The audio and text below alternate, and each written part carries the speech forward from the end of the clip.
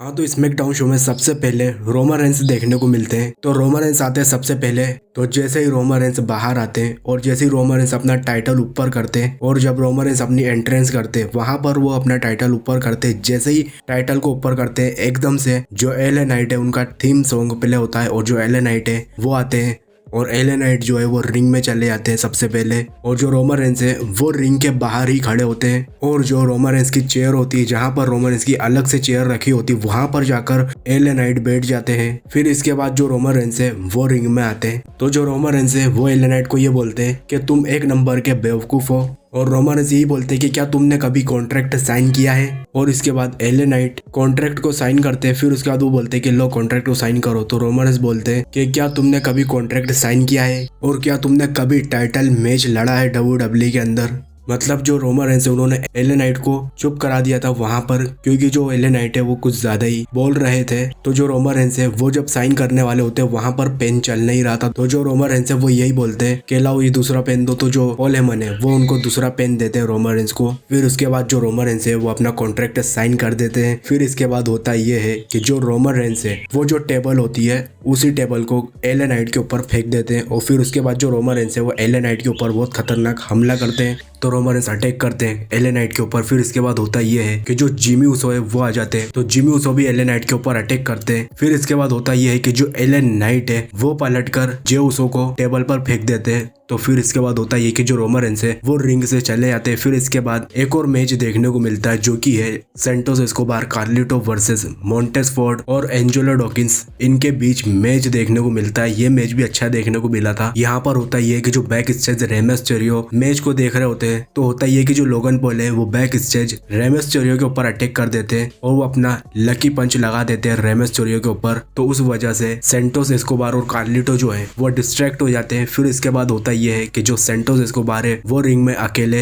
Match लड़ते हैं। फिर होता ये कि जो इस मैच में स्ट्रीट प्रॉफिट्स जो है वो इस मैच में जीत जाते हैं। और जो कार्लिटो उन्होंने रिंग रोप्स के ऊपर भी काफी बढ़िया जंप लगाई थी। तो ये मैच भी काफी बढ़िया देखने को मिला था। फिर इसके बाद बैक स्टेज रोमन रेंस और जिमी ऊसो देखने को मिलते हैं। तो वहां पर रोमन रेंस ये बोलते हैं कि तुम एलए नाइट के साथ मैच लड़ने वाले हो। और जो रोमन रेंस है वो पॉल हेमन को बोलते हैं कि ये मैच जल्दी से ऑफिशियल कराओ। फिर इसके बाद बैक स्टेज केविन ओवेंस देखने को मिलते हैं। फिर इसके बाद ऑस्टिन थ्योरी और ग्रेसन बॉलर देखने को मिलते हैं। तो इनका भी सेगमेंट देखने को मिलता है बैक स्टेज। तो ये बोलते हैं केविन ओवेंस को कि ये हमें मार नहीं सकता। तो इसके बाद होता ये है कि जैसे ही केविन ओवेंस जाते हैं वहां पर एकदम से जो केविन ओवेंस है वो ऑस्टिन थ्योरी और ग्रेसन बॉलर के ऊपर पंच मार देते हैं। तो ये भी काफी फनी सेगमेंट देखने को मिला था बैक स्टेज। फिर इसके बाद शॉर्टजी का मैच देखने को मिलता है चेल्सी ग्रीन के साथ। तो ये मैच भी काफी बढ़िया देखने को मिला था। तो इस मैच में शॉर्टजी जीत जाती है। फिर इसके बाद जॉन सीना देखने को मिलते हैं। जॉन सीना आते हैं और जॉन सीना अपने रिटायरमेंट को लेकर ही टीज करते हुए दिखाई देते हैं। और जॉन सीना अपने करियर को लेकर भी बात करते हुए दिखाई देते हैं। और वो ये भी बोलते हैं कि जो सोलो सिक्वा के साथ इनका मैच है वो काफी बड़ा मैच है और वो उस मैच में जीतना चाहते हैं कुछ भी कर। फिर इसके बाद होता है ये कि जो पॉल हेमन है वो आते हैं। पॉल हेमन आकर यही बोलते हैं कि जो क्राउन जूल होगा वहां पर सोलो सिक्वा तुम्हें खत्म करने वाला है। ये बोलते हैं पॉल हेमन जॉन सीना को और जो पॉल हेमन है वो यही बोलते हैं। फिर इसके बाद एकदम से सोलो सिक्वा जॉन सीना के ऊपर अटैक करते हैं और अटैक करके सोलो सिक्वा समोवन स्पाइक लगा देते हैं जॉन सीना के ऊपर। और जो जॉन सीना वर्सेस सोलो सिक्वा का मैच है वो ऑफिशियल हो चुका है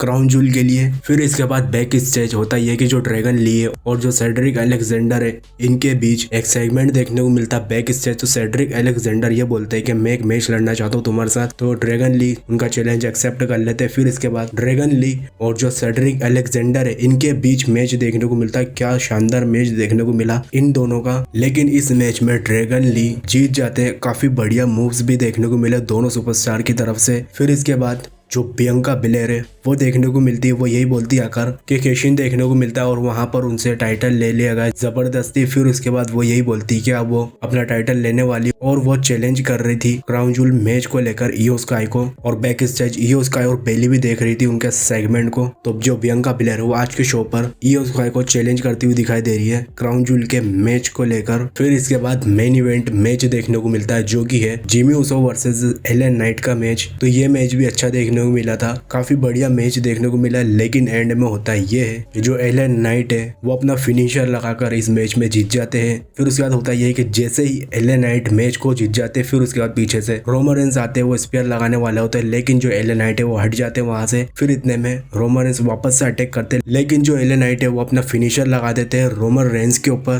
फिर इसके बाद जो शो है वो खत्म हो जाता है। तो यही कुछ आज के स्मैकडाउन शो में देखने को मिला था। और अगले हफ्ते के लिए रे मिस्टीरियो और जो लोगन पॉल है इनका भी सेगमेंट WWE ने अनाउंस कर दिया अगले हफ्ते के लिए। तो यही कुछ देखने को मिला आज के स्मैकडाउन शो में। तो आपको क्या लगता है कमेंट कर जरूर बताएं। वीडियो यहीं तक की थी, वीडियो को लाइक करें, चैनल को सब्सक्राइब जरूर करें।